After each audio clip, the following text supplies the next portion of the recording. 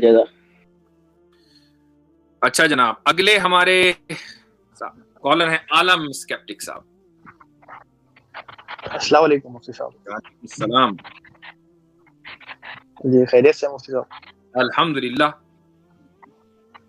جی آپ سے مطلب تھوڑا کریکشن کرنا تھا, مطلب آپ تھوڑا شکایت تھی آپ سے. مجھ سے قبول شکایت کریں تھی؟ گے؟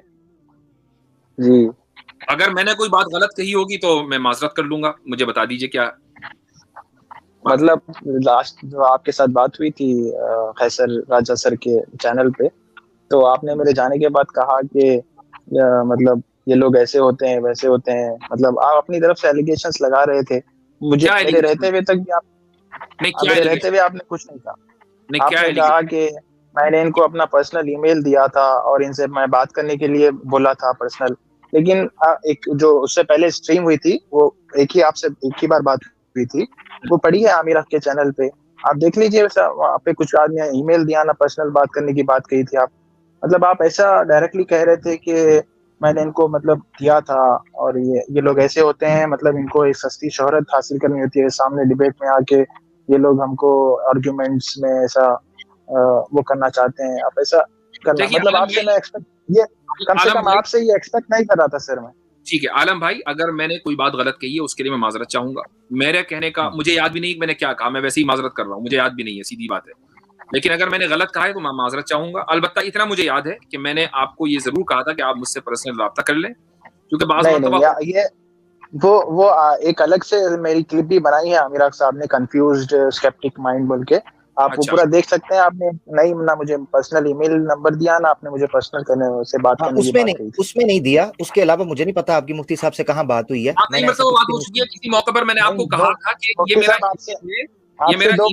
مجھ سے رابطہ کر لیجیے. چلیے بات ختم ہو گئی, میں نے تو معذرت کر لی نا. مجھے جسٹیفیکیشن کرنا ہی نہیں ہے. میں نے اگر غلط کہا ہے تو غلط کہا ہے, میں معذرت کرتا ہوں. اب آگے بولیے. نہیں, مجھے مطلب آپ سے یہ شکایت تھی کہ آپ مطلب جب دوسرے لوگ کوئی ڈس آنیسٹی کرتے ہیں تو کل ہی کہہ رہے تھے آپ عالم بھائی معذرت کر لی ہے تو آپ بار بار کر کے کیوں اس طرح کر رہے ہیں؟ یہ بھی تو زیادتی ہے نا. انہوں نے دیکھیں معذرت کری ہے لائیو. تو آپ ایسا کہتے سر مفتی صاحب, آپ ایسا کہتے کہ شاید میں نے عالم سے آپ کو personal E mile I D دیا تھا. پیارے بھائی عالم بھائی ایک منٹ سن لیں, آپ کا ٹھیک ہے چلو مان لیتا ہوں. ٹھیک ہے مان لیتا ہوں. معذرت کا مطلب یہ ہوتا ہے کہ ختم بات. جی ٹھیک ہے عالم صاحب میں نے تو یہ بھی نہیں پوچھا کہ میں چلو بجا کے دیکھتا ہوں میں نے کیا کہا.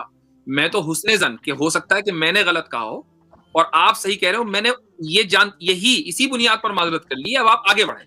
جی اچھا, میرا مطلب اس کا مطلب یہ آپ ابھی بھی نہیں مان رہے, میں جھوٹ بول رہا ہوں ایسا لگ رہا ہے. نہیں, میں یہ نہیں کر رہا ہوں جھوٹ بول رہا ہوں. مجھے یاد نہیں کہ میں نے کیا کہا, اس لیے میں جا کر تحقیق نہیں کروں گا. میں تو یہ حسن ظن کر کے چل رہا ہوں کہ آپ صحیح بول رہے ہیں, میں نے غلط کہا ہے. ایک انسان ہونے کے ناطے میں بعض مرتبہ کوئی بات نکل گئی ہوگی, میں معذرت کرتا ہوں.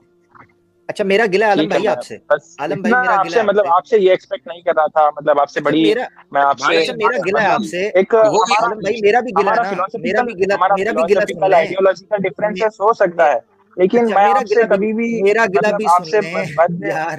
عالم بھائی میرا گلہ بھی سن لیں. ایک گلہ میرا بھی سن لیں, ایک گلہ میں کرنا چاہ رہا ہوں, میری بات تو سن لیں. مفتی صاحب نے جو بات کر دی آپ اس کو ریپیٹ کرتے جائیں گے, اس سے غلط تاثر جاتا ہے, جو لوگ بھی پھر اس سے اریٹیٹ ہوتے ہیں. میرا گلہ یہ ہے کہ آپ میرے پاس آئے تھے اور اس 1.25 گھنٹے کی گفتگو کے اندر آپ نے کہا تھا کہ میں 5 صفحے کی کوئی کتاب لکھ کے لاؤں گا جس میں کانٹرڈکشن نہیں ہوگا. میں نے پرسنل اپنی انڈیویجول کیپیسٹی میں کہا تھا کہ جس میں کانٹرڈکشن نہیں ہوگا تو کیا آپ مانیں گے. آپ وہ 5 صفحے والی کتاب نہیں لے کے آئے ابھی تک. اس پہ میرا گلہ ہے آپ سے, میں انتظار کر رہا ہوں. جی عالم بھائی جی وہ 5 صفحے کا چھوڑ دیجئے, مطلب وہ اس پہ تو آپ تو مجھ سے شاید مجھے ایسا لگتا ہے مجھ سے آپ ڈیبیٹ نہیں کرنا چاہتے. نہیں ایک ہی امید باقی ہے مفتی صاحب سے, اور میں مفتی صاحب اگر مجھے ابھی بھی پرسنل مجھے ای میل لینا چاہتے ہیں اور پرسنل بات کرنا چاہتے ہیں تو میں پرسنل ہی کروں گا. آپ کو اگر ایسا لگ رہا ہے کہ میں یہاں پہ آ کے کچھ اور عامر صاحب نے بھی مجھے پر اسی دن بہت. میرے بھائی ایک منٹ ہمیں کوئی ایسا نہیں لگ رہا ہے. آپ کو 10 مرتبہ مطلب آپ آنا چاہیں آ جائیں. اس سے پہلے بھی بڑی لمبی باتیں کی, ہم تو یہاں بیٹھے ہی ہیں لائیو گفتگو کرنے کے لیے. لیکن چونکہ ساری باتیں جو ہیں اگر میں آپ کے ساتھ کرنے لگوں تو باقی لوگوں کی حق تلفی ہوگی, وہ لوگ بھی انتظار میں بیٹھے ہیں. اس لیے میں نے کہا کہ اگر آپ مجھ سے پرسنل بات کرنا چاہیں تو کر سکتے ہیں, نہیں کرنا چاہیں تو وہ آپ کی مرضی ہے. کوئی آپ یہاں آ کر بات کر سکتے ہیں, لیکن آپ کو ایک فیئر ٹائم ملے گا, زیادہ ٹائم نہیں مل سکتا. میرا ای میل ہے askmufty@gmail.com, بہت آسان ہے, askmufty@. جی جی ٹھیک ہے مفتی صاحب, ٹھیک ہے. آج کے لیے کچھ ٹھیک ہے چلے صحیح ہے. نہیں, میں آپ سے بس اتنا سوال ہے مفتی صاحب, جی ایک سوال چھوٹا سا, کہ مطلب آپ کو کیا لگتا ہے کہ یہ جو بھی ہم کوشچنس کر رہے ہیں یا پھر اسکیپٹک بن رہے ہیں یا پھر ایگنوسٹک بن رہے ہیں یا جو بھی ایتھیسٹ بن رہے ہیں, آپ کو کیا لگتا ہے کہ ان کی خطاؤں کی وجہ سے ایسا ہو رہا ہے, یا پھر یہ ان کی خطا یہی ہے کہ یہ ریزن اور انفارمیشن اور نالج حاصل کر رہے ہیں؟ آپ کو کیا لگتا ہے ان کے اندر کوئی گناہ موجود ہے؟ کیا اللہ ان کو کوئی سزا دے رہا ہے؟ کیا یعنی پہلے ہی یہ مان لیا کہ آپ ہمیں سن لی جب آپ نے سوال کیا, یعنی پہلے یہ مان لیا کہ آپ چونکہ ریزن اور نالج حاصل کر رہے ہیں لہٰذا ان کی کوئی خطا ہے, یعنی جو ریزن اور نالج حاصل کرے گا اس کی یہ غلطی ہے. تو پہلے تو آپ کو یہ ثابت کرنا پڑے گا کہ آپ واقعی ریزن اور نالج حاصل کر رہے ہیں, پہلے تو یہ ثابت کرنا پڑے گا. لیکن جو لوگ اسکیپٹک بن رہے ہیں یا ایتھیسٹ بن رہے ہیں اس کی بہت ساری وجوہات ہیں. میں تو واضح انداز سے کہتا ہوں کہ میرے علم میں ابھی تک جتنے بھی ایتھیسٹ آئے ہیں, میں نے جہاں جب ان کی زندگی کا تھوڑا سا مطالعہ کیا, تو جو پرابلم آف ایول ہے وہ دراصل سب سے بنیادی ڈرائیو ہوتی ہے, سب سے بڑی وجہ ہوتی ہے لوگوں کے ایتھیسٹ یا ایگنوسٹک بن جانے کی. تو مثلاً کوئی حادثہ ان کی زندگی میں ہوا, کوئی واقعہ ہوا, کوئی حق تلفی ہو گئی, تو یہ جو پرابلم آف ایول ہے چاہے اپنے ساتھ ہو یا کسی دوسرے کے ساتھ ہو, تو اس پرابلم آف ایول کی وجہ سے ایک بڑی تعداد جو ہے وہ یہ سوچتی ہے ملحدوں میں سے کہ بھئی یہ تو ناانصافی ہوئی لہٰذا اللہ موجود نہیں ہے. یہ ایک بنیادی وجہ ہے. اور دوسری جو وجہ ہے وہ ہے آپ جو موجودہ ورلڈ ویو ہے اس کو صحیح سمجھنا اور اس کے بارے میں کوشچن نہ کرنا. یہ جو آپ اسکیپٹک بنتے ہیں نا, آپ نے کہا عالم اسکیپٹک, آپ اسکیپٹسزم کر رہے ہیں دین کے تعلق سے, جبکہ آپ کو اسکیپٹک ہونا چاہیے تھا اس موجودہ جو ورلڈ ویو ہے, ویسٹرن ورلڈ ویو, اس کے تعلق سے. آپ جب وہاں کوشچن کرنا شروع کریں گے تو آپ کو ہزار چیزیں ایسی ملیں گی کہ جن کو آپ قبول نہیں کر سکتے ہیں. تو اگر آپ فیئر ہیں کہ آپ ورلڈ ویو کے بارے میں, ویسٹرن ورلڈ ویو کے بارے میں بھی اسکیپٹک ہوں اور دین کے تعلق سے بھی اسکیپٹک ہوں, تو میں آپ کو کہوں گا کہ بھئی اب آپ فیئر گراؤنڈ پر کھیل رہے ہیں, ہو سکتا ہے کہ آپ ایک دن جو ہے وہ راہیاب ہو جائیں. لیکن آپ دین کے تعلق سے کوشچن کریں اور اپنے ورلڈ ویو کو بالکل ایک دم ڈوگما کا شکار ہو کے اس کو صحیح سمجھیں, یہ چیز ناانصافی ہے. یہ میں کہنا چاہوں گا آپ کے جواب میں. ٹھیک ہے جی, آپ کی بات میں مانتا ہوں کہ آپ نے جو فرسٹ ریزن بتایا کہ پرابلم آف ایول کی وجہ سے انسان سوچنے لگتا ہے, تو میرا اس کے پہ یہ خیال ہے کہ مطلب انیشیشن تو وہی ہے. مطلب جب ہمارا فیتھ ہوتا ہے, میں بھی جب فیتھ فل تھا, میرا تو بہت اسٹرانگ فیتھ تھا, میں ڈیفینڈ کرتا تھا اسلام کو, نان مسلمس کو بھی بہت سا بتاتا تھا اسلام, قرآن سچا ہے, خدا کی کتاب ہے. مطلب ہمیں کبھی ایسا ادھر ہمیں نیسیسٹی فیل نہیں ہوتی کہ ہم اس کو کریٹیکل نظر سے دیکھیں.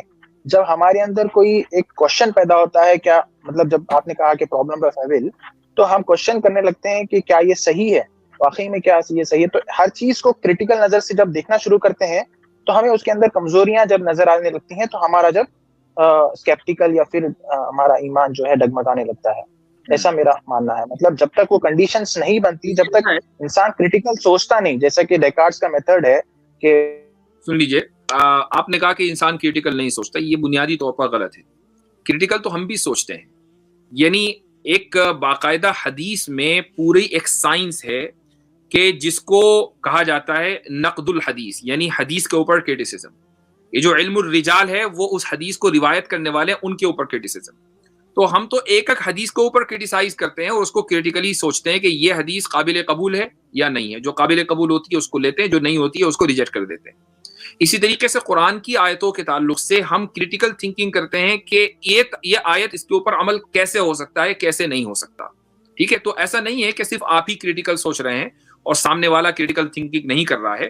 لیکن آپ جہاں ڈوگما کا شکار ہیں وہ یہ ہے کہ آپ نے اپنے ورلڈ ویو کو, جو آپ کا ورلڈ ویو ہے اس وقت موجودہ ویسٹرن سویلائزیشن کا, جس میں آپ کچھ چیزوں کو جو ویسٹرن سویلائزیشن سے آتی ہیں ان کو مقدس سمجھتے ہیں, ان کے بارے میں آپ کریٹیکل نہیں ہوتے.